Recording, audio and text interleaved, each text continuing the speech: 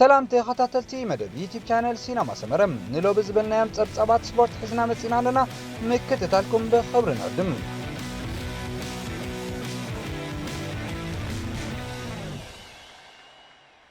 ኤርትራዊ ፕሮፌሽናል ተቀዳዳማይ ክለብ አስታና መርሃዊ ቅዱስ ኣብ ፖላንድ ዝሳተፎ ዘሎ ቱር ፖሎኝ ትማሊ ብናይ ሳልሳይ መድረኽ ውድድር ቀፂሉ ነይሩ።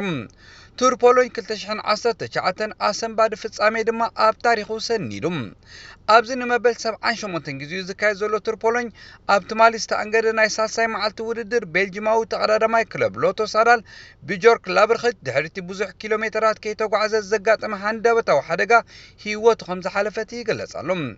እዚ ወዲ 22 ዓመት ቤልጂማዊ ተቀዳዳማይ ድሕሪቲ ዜና ዕረፍቱ ናብ ብዘላ ዓለም መጉሑ ኣሰንባዲ ዛዕባ ኮይኑሎም ናይ ትማሊ ዝተመዝገበ ውጽኢት ምስ ንምልከት ድማ ተቀዳደምቲ ካብ ቾርዞው ተበጊሱ ናብ ዛምብሬዘ ዝተዛዘመ ናይ 150.5 ኪሎ ሜትር ውድድር እዮም ኣካይዶም። እዛ ናይ ትማሊ መድረኽ ብኹሉ መድያ ክትረአን ከላ ካብታ ዝሓለፈት ፍኹስ ዝበለት ኮይና ቀሪባ ኣብዚ ብሓፈሻ ተቀዳደምቲ ኣብ ሰዓት 43.065 ኪሎ ሜትር እናተሓንበቡ ኣብ ፍጻሜ ዝበጽሑላ መድረኽ ኣባል ቦራሃንስ ግሮ ጀርመናዊ ፓስካል ኣከርማን ንውድድሩ ብ3 ሰዓትን 29 ደቂቕን 41 ሰከንድታትን ቀዳማይ ኮይኑ ኣብ ፍጻሜ ከብጽሖ ከሎ ተቀዳዳማይ ጃምቦ ቪዝማ ኔዘርላንዳዊ ዳኒ ፓፔል ድማ ካልኣይ ኮይኑ ካብ ዕውት ናይ መድረኽ ግዜ ዘይከሰረ ኤርትራዊ መርሃዊ ቅዱስ መበል 48 ተርታሒዙ ኣትዩ። ብሓፈሻ ኣብዚ ክሳብ ሕጂ ተኻይዱ ዘሎ ሰለስተ ውድድር ቱር ፖሎኝ 2019 ፓስካል ኣከርማን ብ9 ሰዓትን 59 ሰከንድታትን 57 ካሊታትን ንናይ ግዜ ማልያ ይቕልስ ኣሎ። ኣብዛ ማልያ 24 ካልኢ ተበሊጹ መበል 32 ዝነበረ መርሃዊ ቅዱስ ናብ መበል 30 ተርታ ደይቡ። ብዘካዚ ኣከርማን ንናይ ነጥቢ ማልያ ብ58 ነጥቢ ባዕልዩ ዝመርሓ ዘሎ። ፈረንሳዊ ቻርልስ ፕላነት ንናይ ኣንበሳ ዓቕቢ ትወሃብ ማልያ ብ6 ነጥቢ ዝመርሕ ዘሎ ተቀዳዳማይ እዩ። ብጋንታ ደረጃ ቦራሃንስ ግሮ ብ30 ሰዓትን 1 ደቂቕን 03 ካሊታትን ቀዳሜት ኣላ። ኣብ 13 ተርታ ዝነበረት ናይ መርሃዊ ቅዱስ ጋንታ ኣስታና ድማ ናብ መበል 10 ደረጃ ሓኺራ። ንኽብርን ዝኽርን ናይዚ ተቀዳዳማይ ክብሉ ድማ ኣካየድቲ ናይዚ ውድድር ነታ መዓልቲ ብኽብሪ ክዝክርዋ ምዃኖም ገሊጾም ኣለዉ።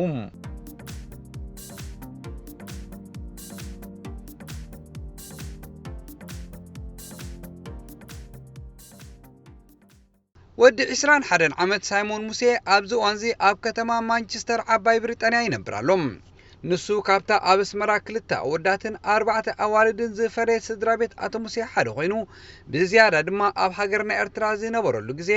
ኣብ ውድድራት ቅድድም ብሽክለታ ስሙ ብተደጋጋሚ ክጽዋዕ ክሰምዖን ከለኻ ማዕረ ክንደይ ሓያል ምዃኑን ከምኡውን ዓብ ዝኽሪ ዝገደፈ ውልዶ ተቀዳዳማይ ነይሩ ክበሃል ይከኣል። ሳይሞን ወዲ 14 ዓመት እንከሎይ ፍቕሪ ብሽክለታ ሓዲርዎም። በዚ መሰረት ድማ ንዝነበሮ ውሽጣዊ ጥሙሕነት ናብ ጋህዲ ንምቕያሩ ግዜ ከይወሰደ ኣብ ውድድራት ማውንቴን ባይክ ተመዝጊቡ። ብዘይ ተስፋ ምቑራጽ ውድድራቱ ምስልሳልን ዓወታት ድማ ምሕፋስን ድማ ድሕሪ ቁሩብ ዓመታት ምስ ኣባላት ቅድድም ብሽክሌታ ኤርትራ ብምዃን 4 ዓመታት ሙሉእ ውድድራቱ ከሰላስል ከኣለ። ካብዚ 3 ዓመታት ንሃገራዊት ጋንታ ወኪሉ ኣብ ዝተፈላለየ ውድድራት ብምስታፍ ኣንጸባረቕ ዓወት ኣመዝጊቡ እዩ። ኣብ 2017 ዝነበረ ዙርባጽዕ ማለት ማሳዋ ቾርኪቶ ድማ ዓወት ብምጉንጻፍ ካብ ክብሪ ናብ ክብሪ ክሰጋገር ኣኽኣሎም። በቲ እናጸንሐ ኣማዕቢልዎን ቀሲሞን ዝነበረ ተመክሮ ዝተሓጎስሉ ወገና ድማ ኣብ ወርሒ መስከረም ኣብ በርገን ዝተኣንገደ ወርልድ ቻምፒዮን ክሳተፍ ዕድል ረኸበ። ኣይጸንሐን ኣብ ቱር ዲ ፋሶ ብምስታፉ ናይ ካልኣይ ተርታ ብምሓዝ ኣጉላዕሊዑ እዩ። ኣብዚ ዋንዚ ምስ ቦሊቪያዊት ኮንቲነንታል ክለብ ስታርት ጉስቶ ዘሎ ሳይሞን ሙሴ ነዛ ጋንታ ወኪሉን ከም ዙርጋቦን፣ ሩዋንዳ ብዘይካዚ ኣብ ፖርቱጋል፣ ቤልጅየም፣ ፈረንሳ፣ ጀርመኒ፣ ኔዘርላንድስ፣ ፖላንድን ዝተሰርዐ ውድድራት ዝናኣድ ውጽኢት ኣመዝጊቡ ንረኽቦም። ቅድሚ ቁሩብ እዋናት ናብ ዊል ጉሩ ዝተባህለት ጋንታ ተሰጋጊሩ ምህላው ዝሕበረሉ ሳይሞን ሙሴ ኣብ ዓባይ ብሪጣንያ ምስ ሓዳስ ጋንትኡ ብምዃን ዘካየደ ውድድራት ኣብ መጻኢ በተን ዓበይቲ ጋንታታት ተጠማት ክገብሮ ከም ዝኽእል ፔትሮ ፋሶላ ዝተባህለ ጋዜጠኛ ካብ ቃሉ ዝወሰድናዮ ምንጪ የረድእ። ኤርትራዊ ሳይሞን ሙሴ ዓወት ዘይፍለዮ ተቀዳዳማይ ሮማን ባርዴት ብፍሉይ ዝፈትዎ ስፖርተኛ ከም ዝኾነ ክገልጽ እንከሎ መጽሓፍ ምንባብ ከም ዝፈቱን ልዕሊ ማንም ግን ናይ ግራንድ ቱር ውድድራት ብሽክለታ ብቴሌቪዥን ምዕዛብን ከም ኣሕምልቲ ዓሳ ዝኣመሰሉ ምግብታት ድማ ዝያዳ ከም ዘዘውትር እቲ ጋዜጠኛ ኣብ ዘስፈሮ ጽሑፍ ገሊጹ ንረኽቦም። እዚ ኣብዚ ዋንዚ 59 ኪሎ ዝምዘን ምኩር ተቀዳዳማይ 1 ሜትሮን 58 ሴንቲሜትርን ሓለንጋይ ቁመትን ይውንን።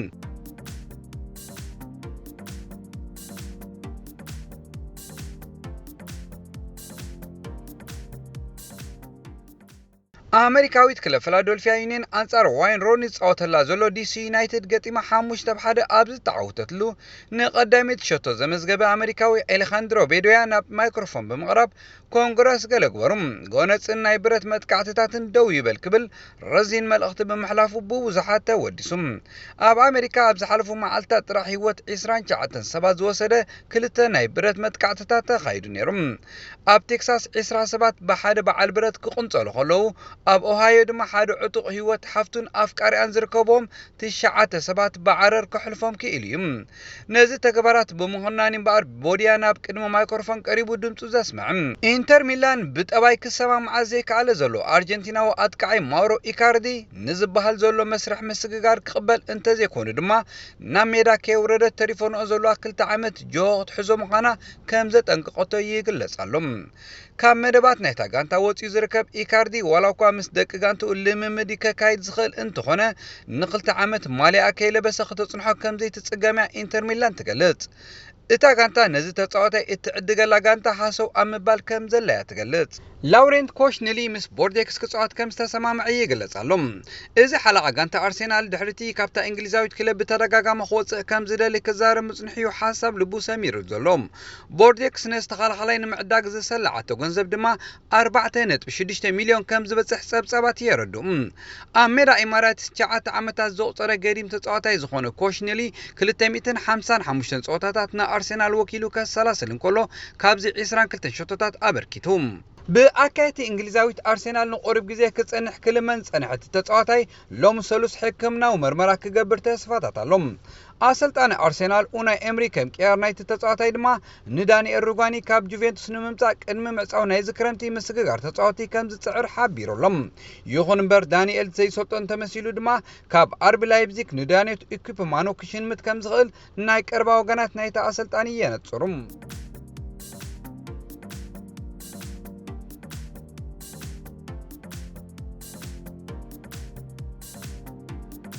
ጀርመናዊት ክለብ ባየር ሙኒክ ነቲ ብዜነዲን ዜዳን ፍጹም ተጸሊኡ ዘሎ ጋሪዝ ቤል ብመልክዕ ለኣሕ ምሳኣ ክጸንሕ ከም ትደሊ ሓቢራ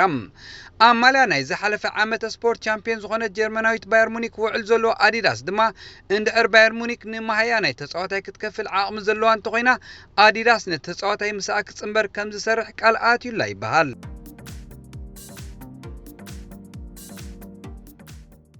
ገዲምን ሓርበኛን ኣብ ምክልኻል ዝጻወት ጋሪ ካሂል ኣብ ዝሓለፈ ወርሒ ግንቦት ምቸልሲ ዝነበሮ ኮንትራት ዛዚሞም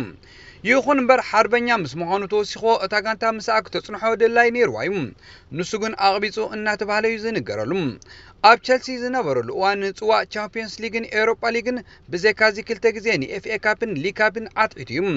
ወዲ 33 ዓመት ጋሪ ካሂል 290 ጠቕላላ ጸወታ ከካይድ እንከሎ ድሕሪ ጆን ቴሪ ኣብ 2017 ካብታ ጋንታ ምፍናው ድማ ሓለቓ ጋንታ ኮይኑ ንተጻዋቲ ከኣሊ መዝነት ተዋሂቦ ነበረ ካብ ግዜ ናብ ግዜ ምስ ካልእ ጋንታ ኾንካ ተሞክሮኻ ምክፋል ዝያዳ ባህጊ ዘሕደረ ካሂል ድሕሪ ብዙሕ ውረድ ደይብ ዝበዝሖ እዋናት ክሪስታል ፓላስ ብነጻ ምሳኣ ጸንቢራቱ ትርከብ ካሂል ኣብ ዝሓለፈ ዓመት ስፖርት 9 ጸወታታት ጥራሕ ንቸልሲ ወኪሉ ኣካይዱ ኣብዛ ጋንታ ብዙሕ ስራሕ ይጽበየ ንምህላው ይፈልጥ ኣብዚ እዋንዚ መጻኢ ከም ዘለዎን ዝረኣያኻ ከም በዓል ክሪስታል ፓላስ ዝኣመሰላ ጋንታታት ምጽምባር ማለት ነቲ ጸልሚቱ ጸንሐ ዕድላትካ ፋሕፋሕ ከም ምባል ዝወስዶም እዛ ጋንታ ድማ ከምቲ ኣብ ልዕለይ ጌራቶ ዘላ ርእሰ ምትእምማን ኮይነ ክሕጉሳ ቃል ይኣቱ ክብል ምስ ደገፍቲ ክሪስታል ፓላስ ኣብ ዝገበሮ ሌላ መብጽዓ ኣትዩ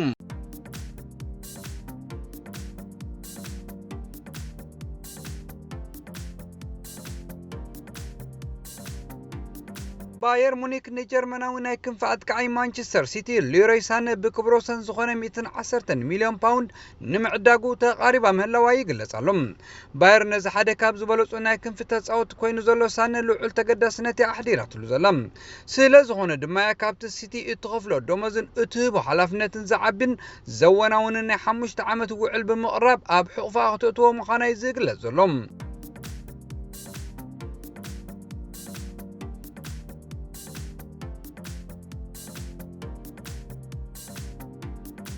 ኮኸብ እንግሊዛዊ ኣጥቃዓይ ዋይን ሮኒ ከም ተጻዋታይ ኣሰልጣኒ ብምዃን ምስ ደርቢ ካውንቲ ንምስራሕ ምስታ ክለብ ክዘራረብ ናብ እንግሊዝ ኣምርሒ ምህላው ይግለጽ ኣሎ ወናኒ ናይዛ ክለብ ዌልስ ሞሪስ ህላው ወዲ 33 ዓመት ዋይን ሮኒ ኣብ ጋንትኡ ናብ ፕሪሚየር ሊግ ንምምላስ ኣብ ዝገብሮ ዘሎ ጻዕሪ ኣብ ሓገዝ ኣለዎ ኢሉ ከም ዝኣምን ይግለጽ። ደርቢ ዝሓለፈ ዓመት ብፍራንክ ላምፓርድ እናተኣለየ ጽቡቕ ገስጓስ እኳ እንተረኣየት ብኣስቶን ቪላ ተሳዒራ ሕልማ ካብ ምትግባር ከም ዝተዓንቀሰታ ይርስዕን።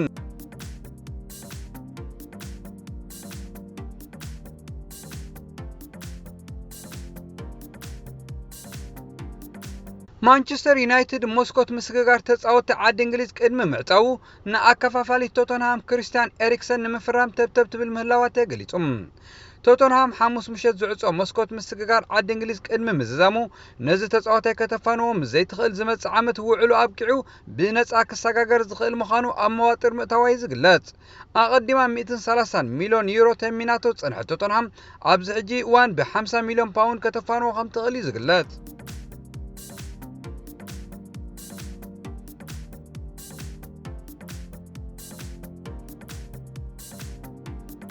ቻምፒዮን ፕሪሚየር ሊግ ዓዲ እንግሊዝ ዝሓለፈ ዓመት ማንቸስተር ሲቲ ንፖርቱጋላዊ ተኸላኻሊ ጁቬንቱስ ጁዋን ካንሴሎ ንተኸላኻለያ ዲኖሎን ብተወሳኺ 32 ሚልዮን ዩሮ ብምቕያር ኣብ ሕቑፋ ከም ዘእተወቶ ተፈሊጡ።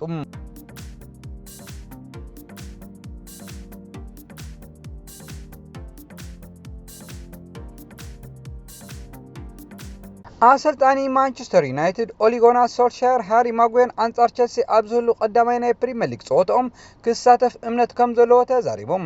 ብዘይካዚ ሶልሻየር ፖል ፖግባ ካብ ዩናይትድ ክወፅእ ኢሉ ከም ዘይሓስብ ክገልጽ ከሎ ኣሽሊ ያንግ ኣብ ሜዳ ኣብ ዝሃለወሉ ቀዳማይ ሓለቓ ጋንታ ምዃኑ ኣፍሊጡሎም።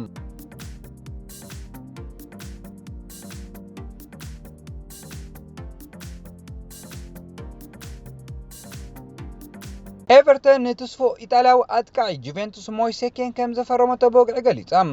ምስ ምህላው ክርስቲያኖ ሮናልዶን ሂጉዌንን ከምኡውን ጁቬንቱስ ንሮሜሎ ሉካኩ ናይ ማንቸስተር ዩናይትድ ከምኡውን ኢካርዲ ናይ ኢንተር ሚላን ንምዕዳጎም ትዳሎ በምህላዋ እዚ ትስፉ መንእሰይ ናብ ኤቨርተን ክጽምበር ከም ዝወሰነ እዩ። ኤቨርተን ንዝተጻወታይ 27.5 ሚልዮን ፓውንድ ከፊላ ሓላላ ገይራቶ ዘላ።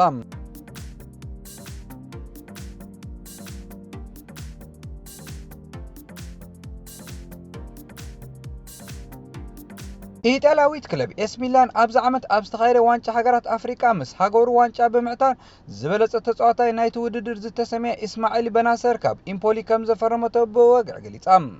ሚላን ነዚ መንእሰይ ኣከፋፋሊ 18 ሚልዮን ዩሮ ከም ዝኸፈለትሉ እዩ ዝግለጽ።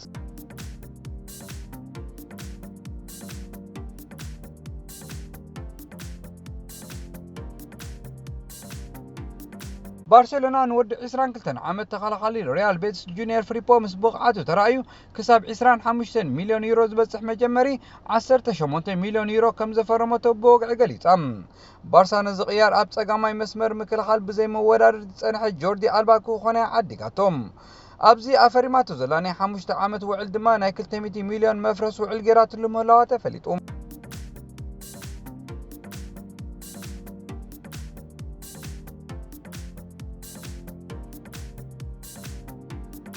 ባየር ሙኒክን ቦሩሲያ ዶርትመንድን ኣብ ናይ ሱፐር ካፕ ጾታ ኣብ ዝተረኸበሉ ዶርትመንድ ብሸቶታት ጆርዳን ሳንቾስን ፓኮ ኣላርሰርን 2-0 ብምዕዋት ዘውዲ ደፊኣ። ዝሓለፈ ዓመት በዳሃይ ዝነበረት ዶርትመንድ ሓደስቲ ብሉጻት ተጻወቲ ናብ መሰርዓ ጸንቢራ ብምህላዋ ንናይ ሎሚ ዓወታ ንዓብላልነት ባየር ሙኒክ ንምውዳቕ ድሉት ምህላዋ ዝገልጽ ምዃኑ ይግመት።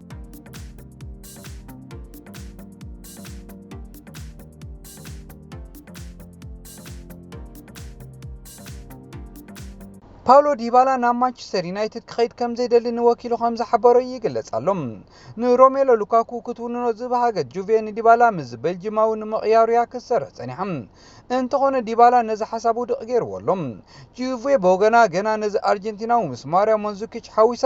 ንፖል ፖግባ ካብ ዩናይትድ ንምግዓዝ ከም መቐየሪ ክትጥቀመሉ ትምድብ ምህላዋ እዩ ዝግለጽ።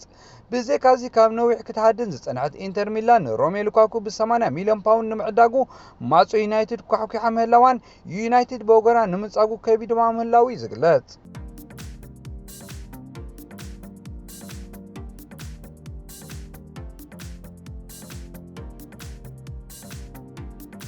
ብዝሓለፈ ዓመት ንቻምፒየንስ ሊግ ናብ ካምፕ ኖው ከነምጽኦ ኢና ብምባል ንደገፍቲ ብምሕባሩ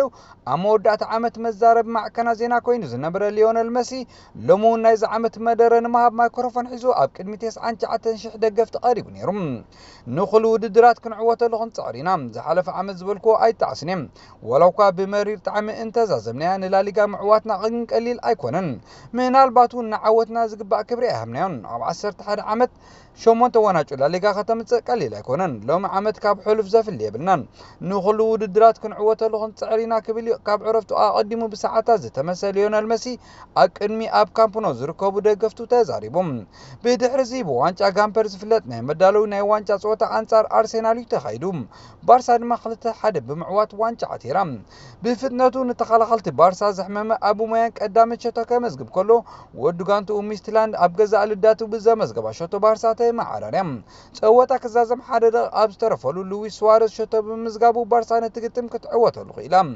ኣብዚ ጸወታ ሓድሽ ኣባል ባርሴሎና ፍራንክ ዲዮንግ ዝበለጸ ተጻዋታይ ተሰሚዩ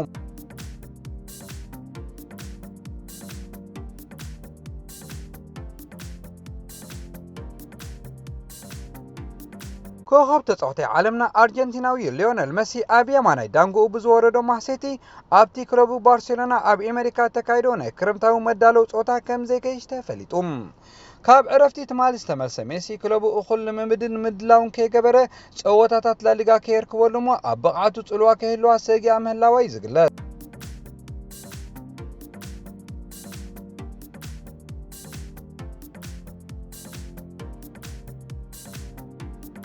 ስግንጢር ዝጠባዩ ኢጣልያዊ ኣጥቃዓይ ማሪዮ ባላቶሊ ምስ ብራዚላዊት ክለብ ፍላሚንጎ ንኽጽምበር ይዘራረብ ምህላው ተገሊጹ ምስ ማርሴይ ዝነበሮ ውዕል ምብቅዑ ነጻ ዘሎ ሱፐር ማሪዮ ብዘይካ ምዛ ብራዚላዊት ጋንታ ዘካይዶ ዘሎ ዝርርብ ክለብ ዌስትሃሙን ናብ ፕሪምየር ሊግ ዓዲ እንግሊዝ ንምምላሱ ትጽዕር ምህላዋ ይዝግለጽ